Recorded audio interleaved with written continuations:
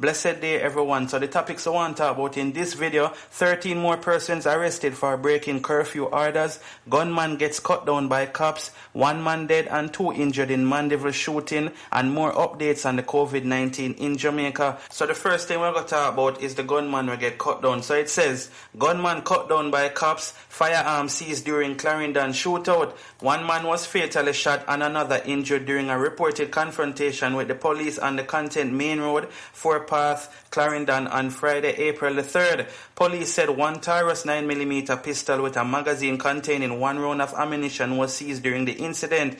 The deceased has been identified as 29-year-old Akeem White of Howell's Content, Yorktown, Clarendon. The injured man, who is also 29 years old, has been admitted in hospital. It is reported that the shooting incident occurred at about 3:35 p.m. following a request by police officers for a vehicle occupied by the men to stop. Investigators from the Independent Commission of Investigation Central Regional Office has since launched an investigation into the incident, but reports said that investigation by the Indicom almost did not take place. 2 days ago, Indicom officials raised concern that were not placed on the list of exempt organizations whose members could remain on the road after the 8 p.m. start time of a curfew that is now in effect in parishes across the island as part of efforts to control the spread of the COVID-19. Workers in essential services are exempt from the curfew but will be required to provide a photo ID to prove their employment. Since the concerns were raised by Indicom, the Prime Minister announced that members of Indicom would be placed as part of the group of essential workers. Indicom officials explained that if that had not happened, their attempts to probe the shooting in Clarendon would have been a breach. One Indicom official explained. Police reported that the incident took place at 3:45 p.m. The Indicom official said that the processing of the crime scene would have overlapped into the 8 p.m. starting time of the curfew, and with their members not on the list of essential workers, they would have to vacate the street before the start of the curfew period. Since that development, Indicom officials have described the move by the Prime Minister as timely. The announcement by the Prime Minister to include Indicom as an exempt organization is timely and significant. Otherwise, the prompt response, processing an independent probe of this incident would have been in breach of the curfew hours, as the response team is, at this time, still completing investigative actions, Indicom stated in a release. So yes, people, I know that they kind of long, but you don't know, so I have to read the news, I'm going to get an understanding. But either way, the gunman them get cut down, the police them now play, see me? Good job to the police them. You don't know, say around here, we don't have no pity for no gunman, you see me? Because we see all them still a plague the place, still a terrorize people regardless of the COVID-19, you see me? So if them not care, then I'm glad when the police not care and the police them cut them down. You know, people, I'm not really there to celebrate dead palm people, but at the end of the day, gunman is no good to Jamaica society, you see me? Yeah, man, I want to try to clean up the place the right and proper way. And just like the saying, who can't hear will feel. And that is an example to the rest of gunman them. So don't put down the guns and see when police hold you know, what go on. Anyway, viewers and subscribers, leave in the comments and let me know what you think about this. I'm going to move on to the next story. 13 more arrested and charged for breaching COVID-19 curfew.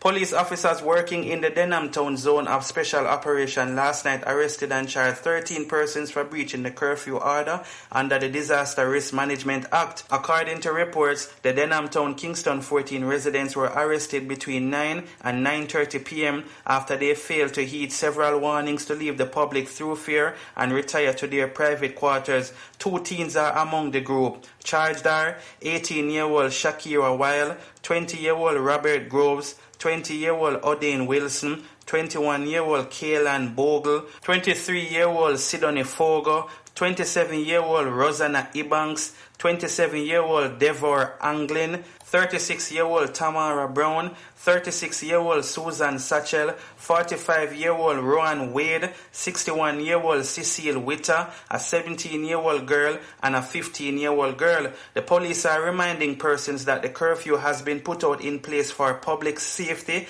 and breaching the order could result in fines up to $1 million and imprisonment for up to 1 year. A man who launched an expletive tirade against Prime Minister Andrew Holness about the all-island curfew imposed by government, was among 10 persons charged on Thursday for breaching the restriction. The man, identified as 37-year-old Dane Mitchell of a Pensor Street, Kingston address, was seen on Wednesday evening in a viral social media video stating his refusal to comply with the order which was imposed as part of the Holness administration's effort to contain the spread of COVID-19 in the island. Mitchell and 9 others were charged for breaches of the Disaster Risk Management Order 2020 following the first night of the week-long nightly curfew.